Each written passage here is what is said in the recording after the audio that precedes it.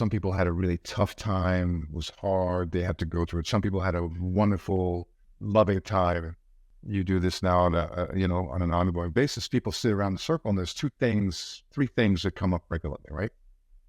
One thing that comes up is, to a person, gratitude. To a person. Have you had a person come to a ceremony that doesn't feel a sense of gratitude after?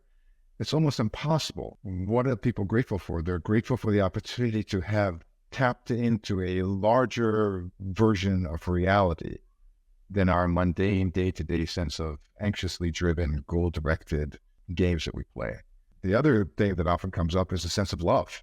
Love for life, love for our family, love for our loved ones, whoever they are. That's almost always accentuated when we go around and talk to people after ceremony. And the third that comes online is the sense of our own inner boundaries and how we have now a felt sense of being able to transcend them.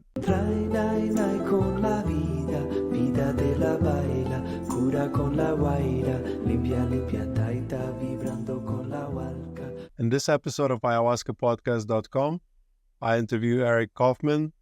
We talk about psychedelics, spirituality, and entrepreneurship. We talk about conscious leadership, ego myopia, and how psychedelics can help you unlock your unrealized potential. Enjoy this episode. Welcome to Ayahuasca Podcast. As always, with you, the host, Sam Believ. Our guest today is Eric Kaufmann. Eric is executive coach. He's a keynote speaker. He's a facilitator. He's the author of 4 Virtues of Leader and Leadership Breakdown. Those are 2 separate books. He's a CEO of Psychedelics.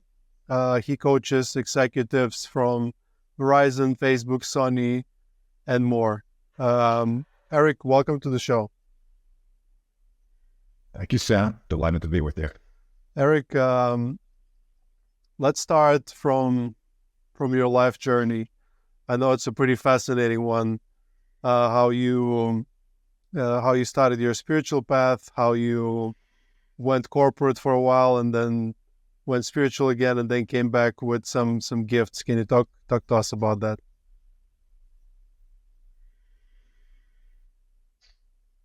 My life journey, it's interesting because the life journey is easier to look back on and say, oh, this has happened, than to look forward on and this is what I want to happen. But I'm grateful for the way it's turned out. My interest in spirituality was on deck when I was a young person. I remember being a child and being fascinated by these concepts that the adults were talking about. I didn't know what the concepts were, but I know how they felt. The concepts of transcendence, the concept of a dimension greater than our own, the concept of human connection that isn't just transactional. And then I spent my 20s, so from age 19 to 32, I spent living in a spiritual community. And in that period of time, I went to college, graduated college, went to work at 3M, went to work at Corning, big American companies. And so, I was toggling the spiritual and corporate at the same time. And finding the two worlds to be sometimes very incompatible, certainly back in the 80s and 90s. It seemed wildly incompatible. And at some point I decided this is enough. A man can no longer tolerate this kind of distinction, and I'm going to go all in for the spiritual life. And I gave up my whole sort of worldly life, went into a very austere spiritual experience, and in the midst of that had this revelation that actually my spiritual life would be served. I would be served as a human being in this lifetime with a wife and children, service and community. And that's when the integration work really started happening, right? How do I bring these two worlds together? And I've been doing that for, 25 years now, stitching it all together. I think I'm doing a better job now stitching it together than I did 10 years ago or 20 years ago, but that's sort of the nature of long practice, right? You get more integrated. Well, that's a very notable goal to do, to help people stitch those two incompatible things together. As a founder, of my own retreat, which is not just a business but a very spiritual one, I find it difficult sometimes to navigate the spiritual side of things and the money side of things. Those seem to be two very different mindsets. And the reality of the society we live in now is that you have to combine both, because if you don't, you lean heavily to one side or to another. What have you discovered? Or I know you coach some very high level executives, and not necessarily in spiritual businesses, but how do you help them introduce spirituality into their business, and how does it look like, from the outside?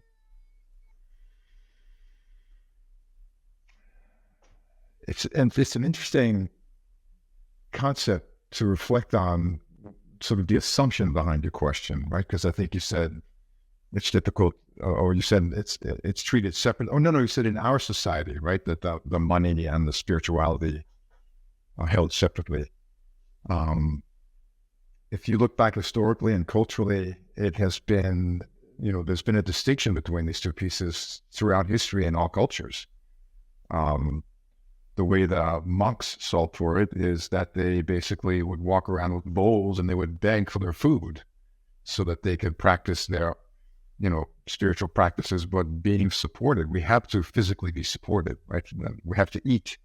We have to wear clothes. We have to breathe clean air. So the distinction between spirituality and money is a popular one, but I don't believe it's as necessary as we make it out to be. So I'm kind of curious about your reaction to that before I get into anything more sort of material. Can you concede that the distinction you're making is potentially a false dichotomy that's perpetuated by cultural misunderstandings? So I personally understand that in the spiritual work that we do, for example, the shaman has to have his hectares of ayahuasca where he has to pay workers to help maintain the medicine. Then he needs help to cut the plant, prepare the medicine. It's a very economic activity, and it requires funding. So I also have to have a property that has to be well tended. We have a team of 23 people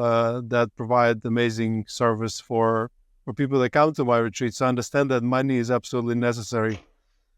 But some people don't understand it. So I get a lot of negativity thrown at me, especially by local Colombians, because they kind of assume like, why are you charging money for this? They kind of assume that spiritual stuff has to be free, or at least people like to hide that, it's a business and you need to pay money and you need to pay taxes. And they hide it by saying, it's not a price, it's a donation.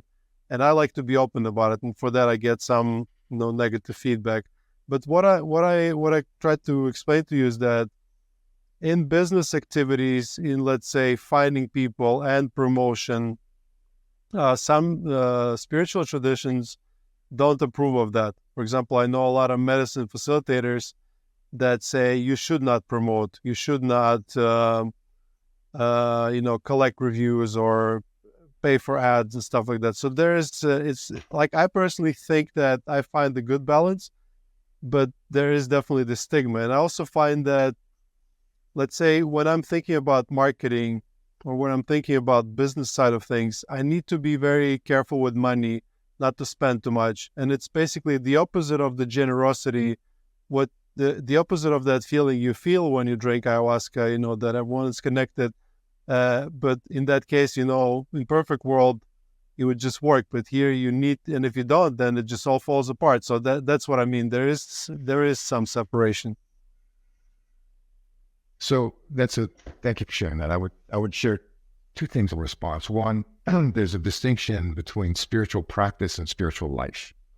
So I'll come back to that, right? I want to make that distinction and then I'll elaborate. The other one has to do with, philosophy or personal preference. There are, so let me go to the first one, spiritual practice versus spiritual life, right? The spiritual practice are the things you do, whether that's ceremony, whether that's meditation, prayer, giving on, praying at the altar, whatever your spiritual practices are, those practices are intended, to cultivate a certain way of being, which is then your spiritual life.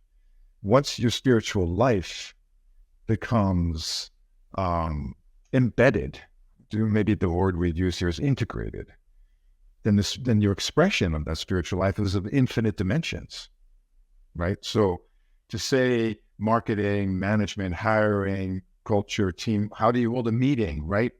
Things that seem so pedantic, so mundane, so, mechanically business-like. That's just life. That's life when you want to organize something, right? There's different ways to organize it, but life requires some form of organization. The fact that we have a body that is distinct has an organization. The ecosystem has organization. The universe, the stars move in orbits, right? There's order and structure in things, and that's just life. That's nothing to do with anything but plain reality. How you conduct yourself, that's the spiritual life, not just a spiritual practice, right? So to me, the question isn't how do you, is there a distinction between money and spirit? No, it's all energy. It's all life. The degree to which we are living an integrated spiritual life that is bigger than just spiritual practices, that determines how I dispense the money, how I run the meeting, how I hire somebody, how I fire somebody, right? You're running a business, at some point, somebody's not a good fit. Either they will exit or you will have to let them go. They're just not a good fit. Does that mean you're cruel and heartless and mean? No. Can you let somebody go as a spiritual practice? Yes, you're still going to have to let them go. So I find the conversation about, money versus spirit to be a conversation that's sort of fundamentally engage in a polarity that doesn't have to be there, right? So the spiritual life, what does it look like to be a conscious leader or a spiritual business person? It looks like you're still going to run a business, but how you treat your people, where you apply your money, how you do your marketing, the level of integrity, can you demonstrate the things that you hold to be dear? And the answer is yes, you can. And it's hard. Spiritual practice is hard. I've been meditating for 38 years. And for some reason, when I get up in the morning and I go to meditate, it's not like automatic, like, get up, sit down. There's still a choice I have to make because there's a little part of me that would rather do something else, And so this is the spiritual life, right? Is the devotion to a set of ways of being, including how you run your business. So I'll pause there. But I guess before I pause, I want to emphasize this question about money versus spirit is such a popular question. I just think it's the wrong question. And thank you. The versus question is in of itself sort of a Christian biased false dichotomy of heaven and earth. And if we look at it from a plant medicine perspective, where it's all interconnected, it's not heaven and earth. It's just the infinite interconnected web of existence that has infinite ways of manifesting itself with a filament and a line of consciousness running through it to make choices. Thank you. For me personally, it was helpful, and I can feel the coach in you, and I can feel you coaching me, which is great. I think I would not be able to afford your coaching otherwise. So, you mentioned meditating for 38 years. That's a long time. I'm 36. I just turned 36 last week, so that's a long time meditating. So, talk to us and talk to our listeners about your meditative practice. Why do you do it? How it helped you become who you are now, and how have psychedelics, if they have played the role in your meditative practice?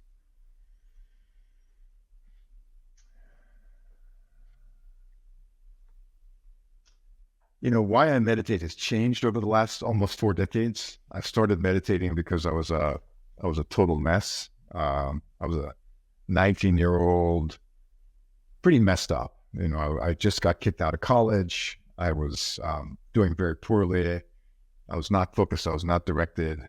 I was not in any demonstrable way making choices that were aligned with my highest good, nor did I know what my highest good was. So meditation at the outset for me was a bit of a life raft, right? I needed to grab onto something that would help me stay afloat in the choppy sea of my life. Once I was able to get on top of the meditation raft and stay afloat, the motivations changed, right? Now it became more about the ability to be more focused, more present, more intentional.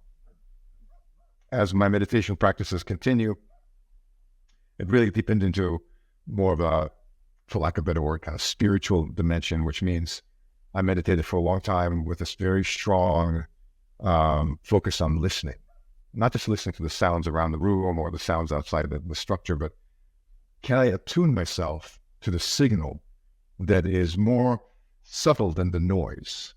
And that means, what's the direction of my life? What is the right action to take in this moment? How should I behave with this person? What should I dedicate myself to? Meditation became this brilliant sort of way to raise my antenna of consciousness and be able to detect the signal of what's true and right for me amidst the noise of not just the world outside, but the world inside. And then as I progressed further, I realized that meditation was actually this remarkable gym where one of the greatest muscles that was being cultivated is a muscle of agency. Agency, the ability to make choices in my own life. And my sort of description of what I think enlightenment is at a very achievable level is to be a conscious being at choice. A conscious being at choice. And if you meditate in any tradition that you meditate, you're sitting there making this choice to continue to hold your attention in a particular way. So you're cultivating the agency muscle. And I find that in particular with medicine, right? We're going to do a ceremony. Classically, what we do, perhaps you do this at your retreat as well, is there's some intention setting, right? What is the direction that you're asking to be moved in by this additional field of possibility when it opens up? Otherwise, you walk into that field of possibility, anything and everything is online. So how will you have some kind of a sense-making device? And that's what intention does so well, right? And this meditation, to me, and I think to many people, has proven to be this wonderful way to cultivate that muscle of agency and intention. So then what? We go into ceremony, you set the intention, and then with the intention has to come some willingness to surrender. Because if it's only about what I want, why the hell did I show up to this place, right? And if I don't want anything, well, then everything can come at me and it might be overwhelming. So that balance between being intentional and then being open, pliable, and available to what's coming online, that to me is where the meditation becomes so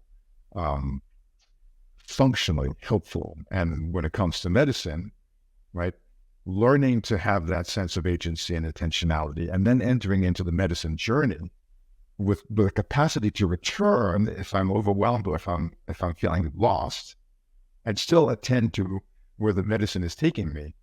That combination to me is golden. I wish everybody who does ceremony would be required by whatever laws that don't exist, to cultivate their meditative capacity before they go into ceremony. To me, that comes first, not second. So it's less about how did the medicine help my meditation. It's more how did my meditation make medicine more impactful and richer experience for me. I think what you're describing is what we like to explain as, there's set and setting, but there's a third S, which is a skill. And I think it's partially it's a meditative skill, or the skill of agency to control your experience while you're on psychedelics. So it is a meditative practice to guide yourself, which is not easy, to guide yourself in that space. Can you tell us about it? Well, I'll give you let me give you a quick example to make this practical, right? I've sat lots of ceremonies, and it's not unusual in the ceremony to have this like upwelling in the gut, right? This energy rising up, which often expresses itself as retching.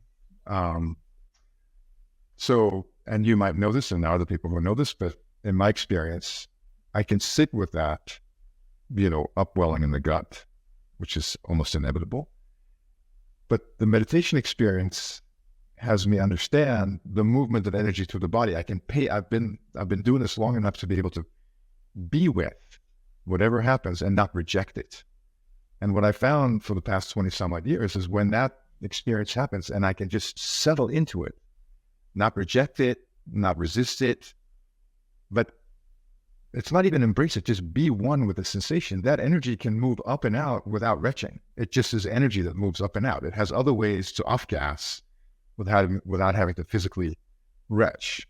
And that's not better or worse, but it is working with energy in a very direct way, right? Because when we're sitting in ceremony, energy is the name of the game in some ways, right? And so the meditative capacity to have the wherewithal to not only be sensitive to the energy, but to flow with it as it moves, means that we are then brought online with the medicine to places that are quite subtle. So in your journey with medicines and meditation, can you tell our listeners the story about you locking yourself in a wooden box? Sure. I'm amused that you're pulling it out. That was a secret for like 30-some years, and I shared it in one podcast now. I'm happy to share it. But yeah, I had... I spent many years meditating, and I spent many years with medicine work. And now, to be fair, my teachers did not condone medicine work because so the traditional, spiritual practices and orders in particular in the Zen tradition, it's not encouraged. It's not actually,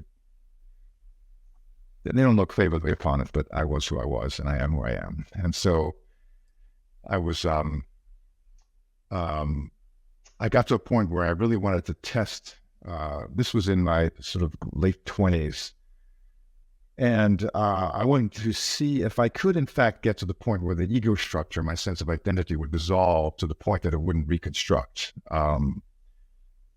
It's a dicey experiment to pull off, but I felt like I could do it. So I actually built, to your point, this wooden box, maybe slightly larger than the coffin because I could actually sit in it. I couldn't lie in it. So I'm 6'5". I'm a long guy. I built this box too short to lie in, just enough to sit in. As a plywood, a heavy box, and then I fasted for 24 hours so I'd be cleaned out. I stripped naked. I stepped into this box and had a lid, latches and locks on it. And I had two of my colleagues, Michael and Rob, who were volunteered to take shifts and stay with me there for the 12 hours that I was going to remain in there. And then I took a couple of hits of acid and stepped into this box with a towel on the wood so I wouldn't get splinters in my butt, and a bowl for urinating, and proceeded to stay in there for that day, going through an entire journey, sitting up locked in a black box with no light. So that was the experience.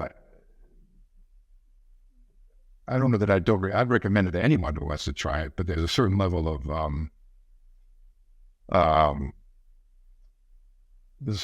terror, if you can imagine sort of going through that. Just being locked in a box, period, is not really something that most of us go towards. Not that I'm crazy about it.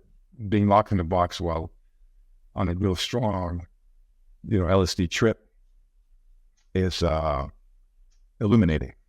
Were you able to terrifying to dissolve your ego completely? And what did you learn from that experience? It's fascinating how hard one can push yourself, and what pushed you to do that?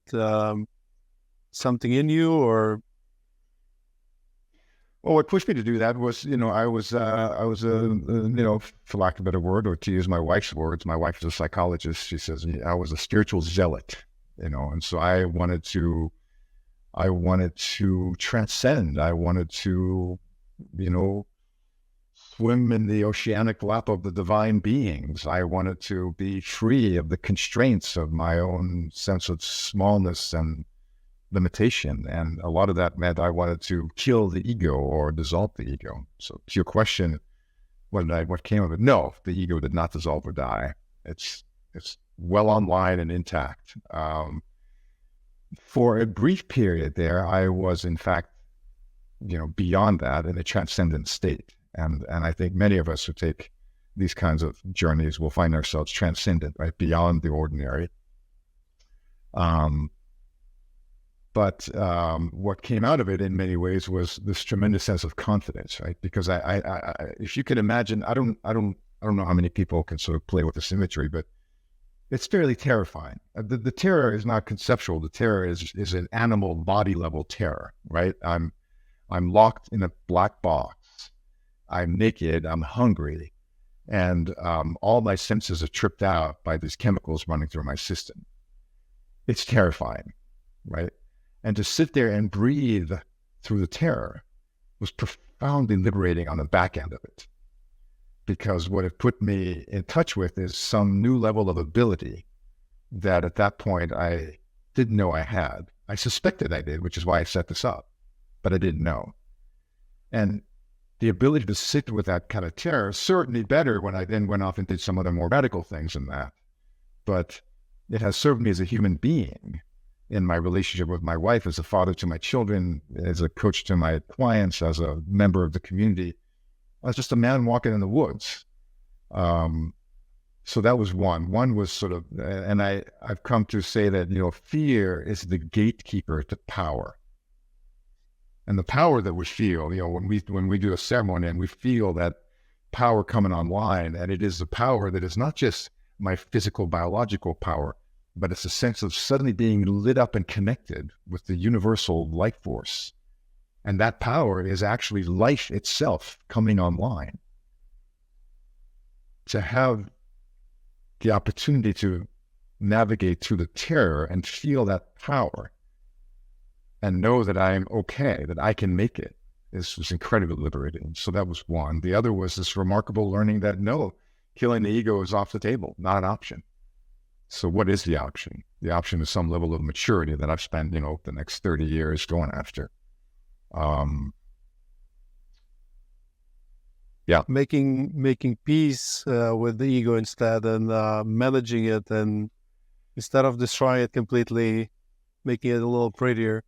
I like what you say about fear. Every time before going into ayahuasca ceremony, I still feel some level of fear, and I think it's just natural because you never know what's going to come up. But all this experience, and we talk about ego, you have this phrase that I really like, and you talk about ego myopia. Can you talk to us about that?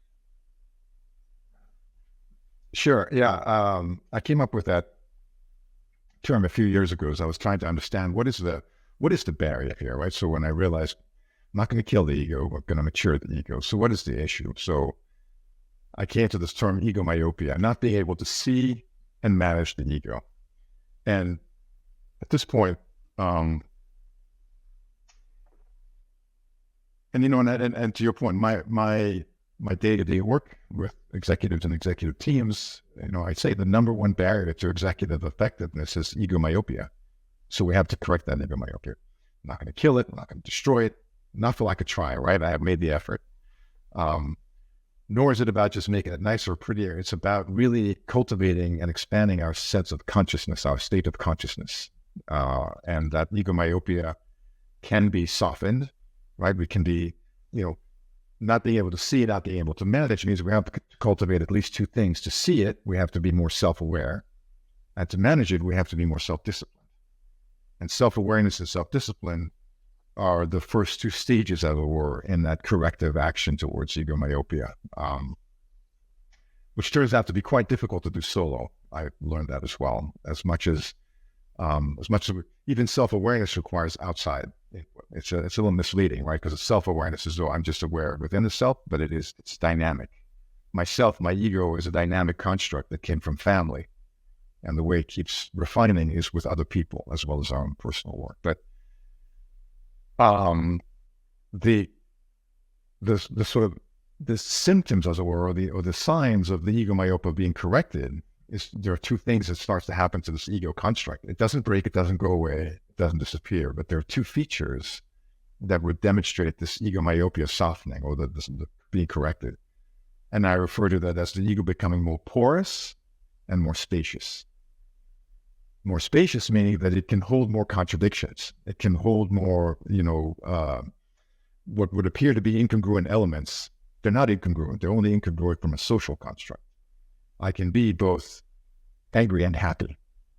I can be, motivated and doubtful, right? So the more spacious the ego is, the more constructs can be in that space, and we're not so crammed and forced to just be one kind of person. And when the ego is porous, it means thoughts, ideas, and especially identities can move in and out, right? I am not bound by who I was 10 years ago, 5 years ago.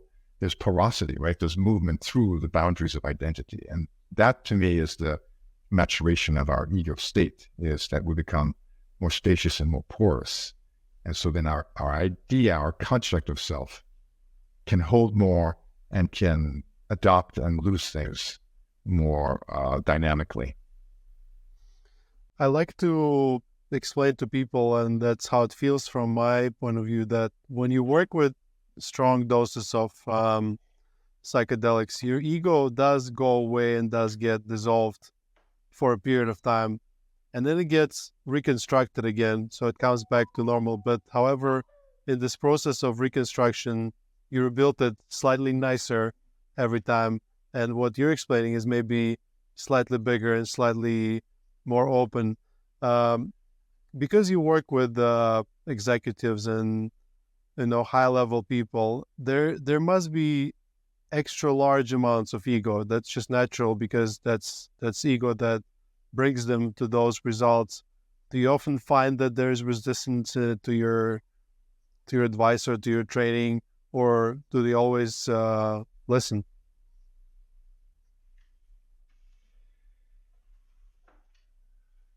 I was invited to give a keynote to a private gathering. It was 120 CEOs of mid-sized market companies. And the title of my keynote, this is just about 3 weeks ago, the title of the keynote was Ego Check, How to Unleash the Next Level of Executive Effectiveness. So 120 CEOs that are running businesses, north of $20 million, all sitting there, to your point, right? That's a dicey conversation to get right into. And they really got the message, and they got it. So partly it's how I deliver it, right? As far as having big egos, there's a lot of confidence. And there has to be confidence to pull it off. You're an entrepreneur, right? And as an entrepreneur, as a man who's sort of running an organization, you are pitting yourself against the odds, because the likelihood of success is pretty slim. So there has to be a certain level of confidence, right? Drive, belief in self that would have you say, yeah, let's do this. And I don't, this is not a comment about the retreat industry or about the medicine industry. It's just a comment about life. 90% of businesses simply disappear. So the odds of success are stacked against us. So to pull off and sustain a business requires a certain level of confidence. That was, I think you're calling big ego, right? But the other thing that comes with that is some level of, if you're an entrepreneur, if you're a business, running a business, you have a certain level of deferred gratification. You have had to learn to plan for the long term, to set things aside, to do things in order, to treat people in a certain way. So those are all elements of discipline. When I talk about self-awareness and self-discipline, right? To get to the point where you're actually running, there's a certain level of self-discipline. And without self-awareness and self-discipline, the first two steps of our spiritual evolution, it's difficult to get to the next steps, like self-acceptance and self-love, right? And so there is something in the community of folks who have spent years cultivating this that's available to be transferred into another domain. Right? If you think about the people who are starting the spiritual path, a lot of the initial efforts are, can I even control myself at some level? Can I make some choices that look like, intentional choices? And so while there might be, I'm not going to any executive and sort of attacking them about having an ego. I'm having a conversation about what's the next level of effectiveness. And I'm not saying you have to get rid of the ego. I'm saying, how do you cultivate more consciousness? And so, and the people who engage with me are selecting. They're self-selecting, right? The people who don't want to hear about this are not going to engage, right? The people who do, we're going to engage. But is there resistance? Resistance is a really interesting question. I don't actually get resistance. And you might say, how the hell are you not getting resistance? Because for me to judge something as resistance assumes that I have a position contrary to theirs and I'm pushing or pulling and they're trying to push or pull against me. What I have is signals. Somebody is what's called resistance. It's either readiness or understanding. And if I can help with the understanding, great, and the readiness might not be up to me. But I don't see resistance in people. I see readiness or understanding. And I can work with that. So you talk about conscious leadership, right? And you're there in the room of 120 leaders. Some of them might be conscious, some not. First of all, explain to our listeners what is conscious leadership, and then how do you train them? How do you help them become conscious? And why would a leader want to become a conscious leader?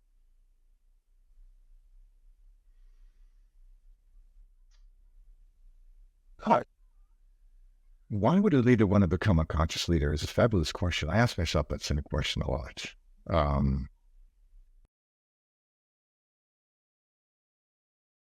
There has to be some personal motivation, right? There has to be something that is switched on. And oftentimes what switches on is a sense of desperation or frustration, right? What we're doing isn't working. The way we've been playing the game isn't sufficient. Our tools are not getting us to a place sufficient for what? Usually there's a search for some kind of contentment or some sense of personal freedom. It's not why so many people show up to your space. And so the why people want to be conscious leaders is sort of on us, it's on them, right? I don't know that I can force somebody to want to be a conscious leader. The how and the what is a conscious leader, by at least the way I construct it and the way I've learned and the way I pass it on, is a conscious leader is somebody who's correcting their ego myopia. And to correct the ego myopia, there's a sort of a triad of features that we go to work on. And I refer to them as wisdom, love, and power. And to me, that's the work of cultivating conscious leadership. It's the work of cultivating our consciousness, right? Turning on our wisdom, turning on our love, and turning on our power. You could say they're always turned on, yes, but are they clear? Are they aligned? Are they integrated? Wisdom is our capacity to see below the surface and beyond the obvious, right? Wisdom is this understanding of the interconnectedness of all of life. Love is is giving without expectation. It's all the features that have to do with the nurturing heart and with the kindness and compassion to others and to self. And power is our ability to live with purpose and relaxed presence. The ability to show up, not with power to over people, but this connection to the life force and then the expression of that life force in our unique way. And when wisdom, love, and power are activated, the ego myopia is diminished. And so consciousness rises. And as consciousness rises, the executives and folks that make decisions from that place, it looks increasingly different than just the ego myopic, self-serving, need to be right, the need to be liked, the need to have might, turns into wisdom, love, and power. Beautiful. And how can the psychedelics help leaders to maybe discover that their ego is bigger than it should be, and maybe find that desire to be more conscious and to also, unlock their unrealized potential?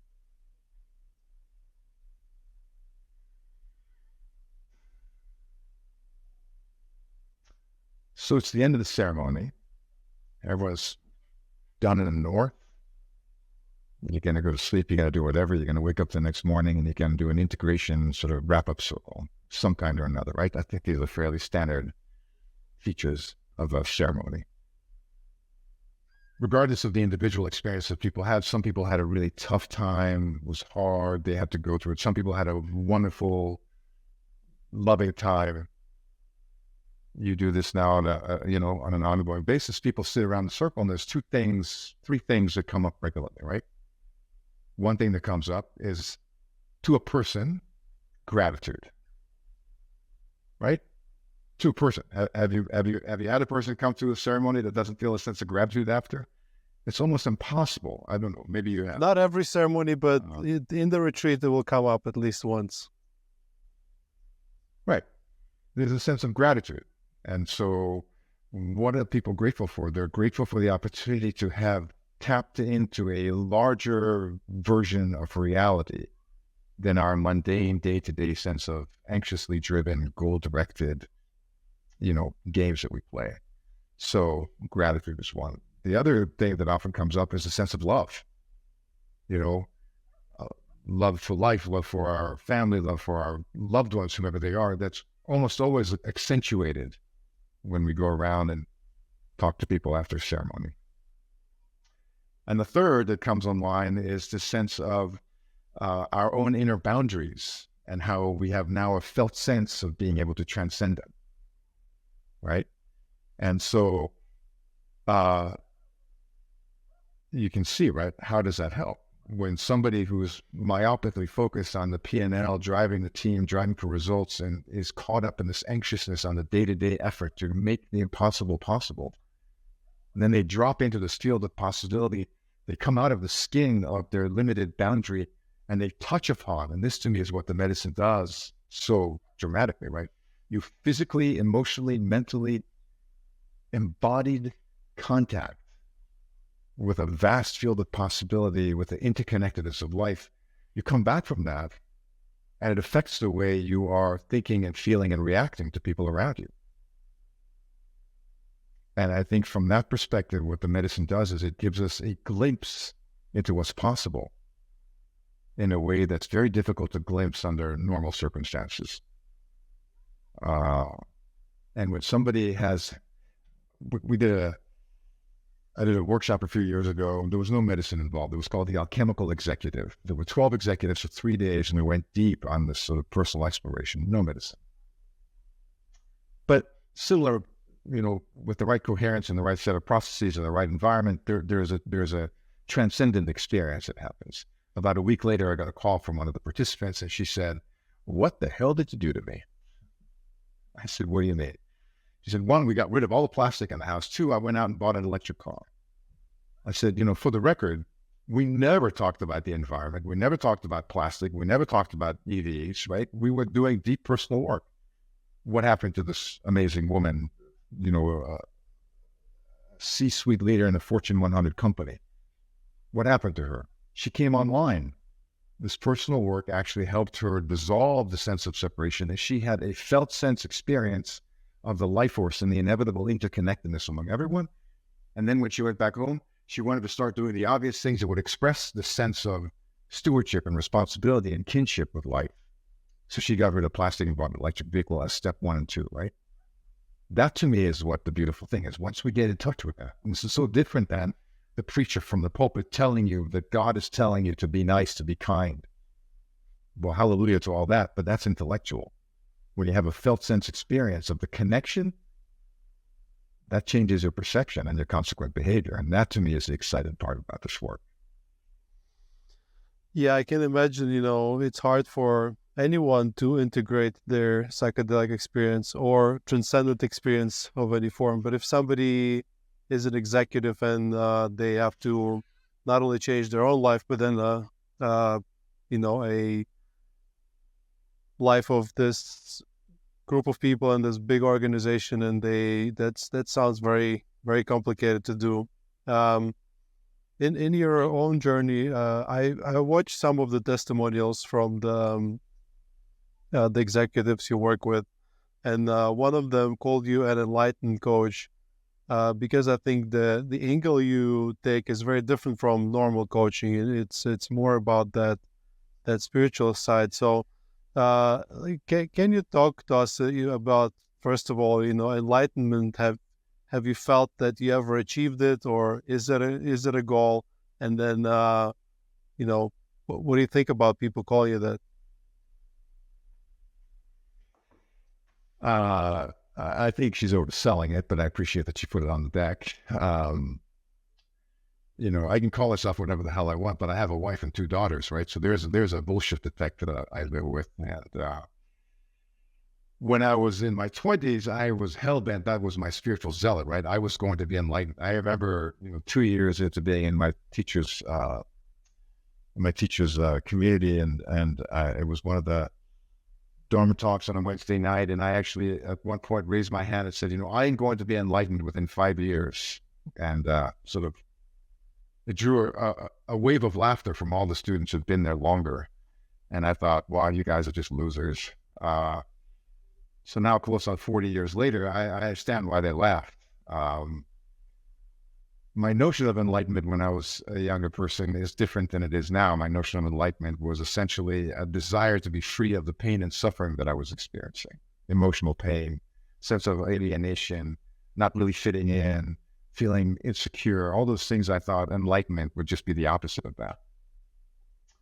So there's two things I have to say about that. One, I'm certainly more enlightened than I was, but I'm not, whatever, even in Buddhism, there are 4 different types of enlightenment, right? So I might be in sort of level 2 if I'm lucky. But I've also changed my perception of it. So one, I've mentioned to you, my goal is to be a conscious being at choice, which to me is more a functional definition of enlightenment. And 2, the high bar that I invite people to, and that I have that I've worked towards over the last few years, is really the level of self-acceptance. Because I think so much of what I wanted from enlightenment was a psychological relief. And to me, much of that has to do with our ability to arrive at a deep, loving, embodied experience of self-acceptance. And we are, from birth, trained to be in self-rejection, self-criticism, insufficiency, awkwardness, insecurity. And to arrive in a place where we can be in self-acceptance is going to feel a lot like enlightenment, because one of the features of self-acceptance, and I'll speak from my own experience, not from, academic perspective, is this remarkable sense of contentment. And that's what I was looking for as a young person when I was looking for enlightenment. I wanted to be content. I didn't know that language in that time, but self-acceptance has yielded a level of contentment. My inner critic is done. There is no inner critic in me. The anxiety is gone. I don't stress. There are things that are difficult and challenging. There are moments when I'm doubting myself, but self-acceptance and contentment, if I never reach anything higher than that in this lifetime, this is more than I would have expected in my youth. You were aiming to kill the ego and you missed it, but you killed the inner critic. I didn't kill the inner critic. We danced to the point of blending. We integrated. I didn't kill it. I haven't killed anything. My pursuit of killing turned out to be a lethal boomerang, because at the end of the day, Sam, there is no ego. There is no inner critic. It's just me. We use all these terms to externalize it and deal with it with some cognitive fashion, but there is no ego. There is no self-critic. There's none of that. It's just me. And the work isn't to kill anything, because that kind of lethal intention is a boomerang. Who am I killing? Me. And so the action is an action of love. And love looks like blending. And blending looks like integration.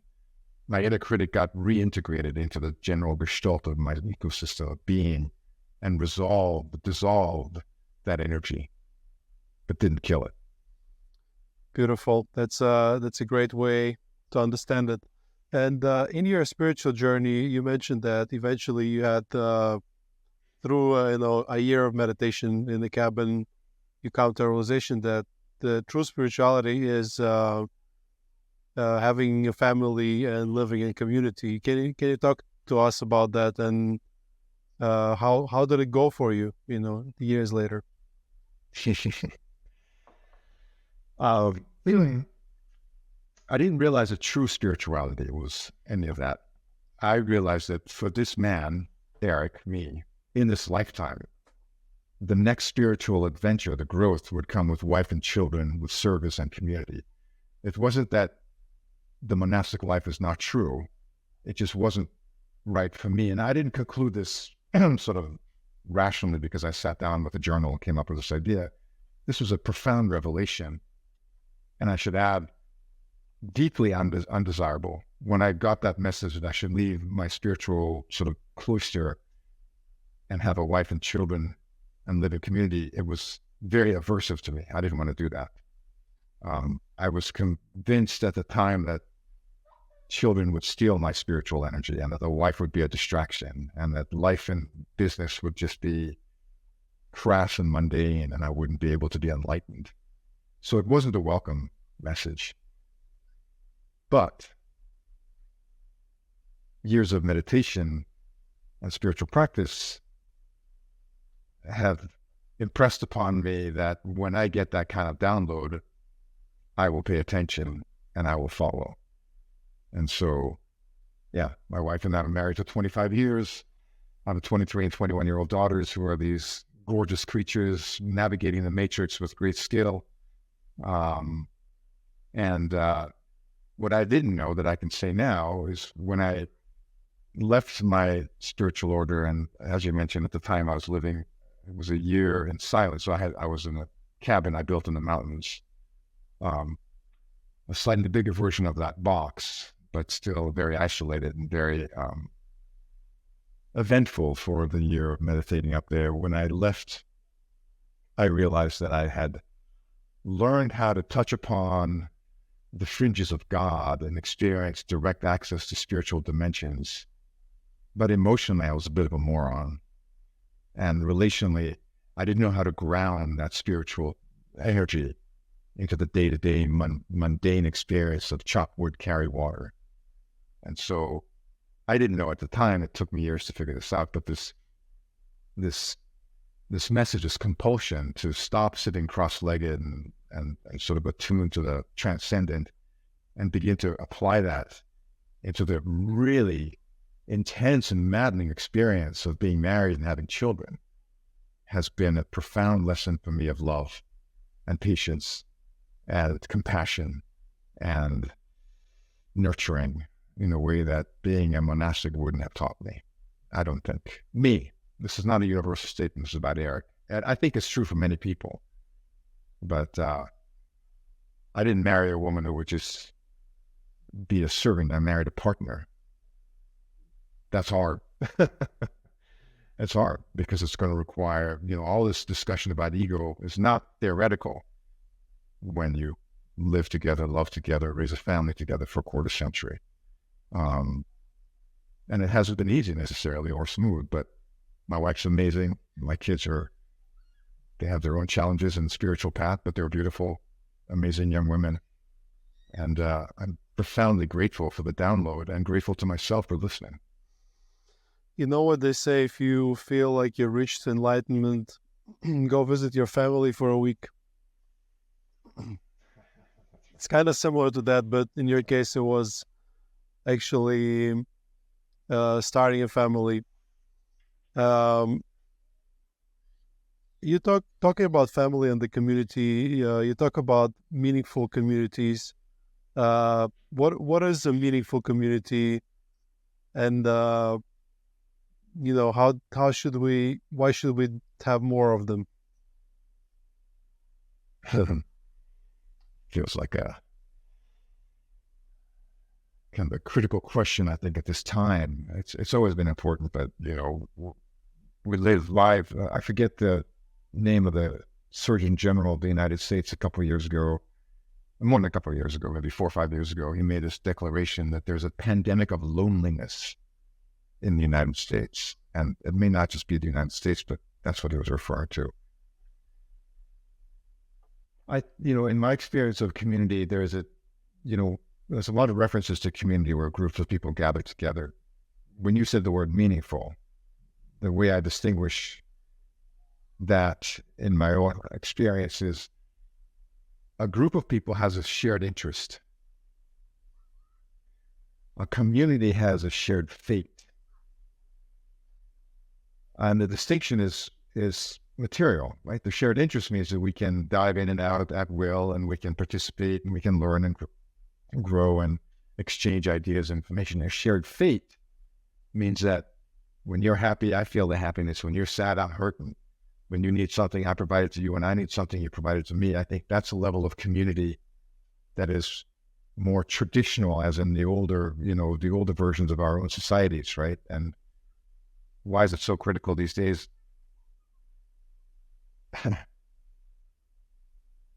We exist in relationship. And when those relationships are solid and shared faith, right? When I feel that I'm actually being held, supported, cared for, known, observed, attended to, there's more life force in me. I feel more ready to face the world. And together we can face the world more meaningfully, more lovingly, more powerfully. And the general construct of our modern society is disempowering. From the time we're born, through school, higher education, work, we are meticulously and consistently being chipped away at our sense of greatness and our sense of power. And a community can help us regain that sense of meaning and power and live a life that's not any bigger or louder, just authentic.